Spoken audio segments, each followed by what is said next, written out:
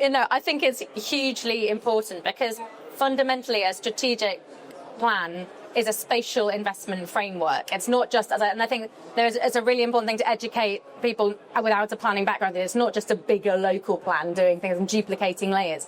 It actually is enabling you to target and crowd in that investment in a much more effective way. One of the challenges with the real estate flows of capital and the things that we see here at MIPIM is the volume of capital, particularly institutions and pensions want to deploy, is very large, and they can't do that in a micro scale. So they might love something in Southampton or Winchester or Portsmouth, but it might not be big enough quantum-wise for them to be able to get it through the door. Actually, if you can present them an opportunity that is still those 3 locations, but tied up through a strategic plan that offers a spatial investment framework, you're more likely to get the money. I mean, I'm being incredibly simplistic, but that is the fun. We can do it at those different layers. So that's what I think is really, really exciting. I think the identity points that you've made are really, really key as well. But we all have multiple identities, so it's not about removing that local kind of community-based identity and the local boundaries and the local rivalries that we know are so important.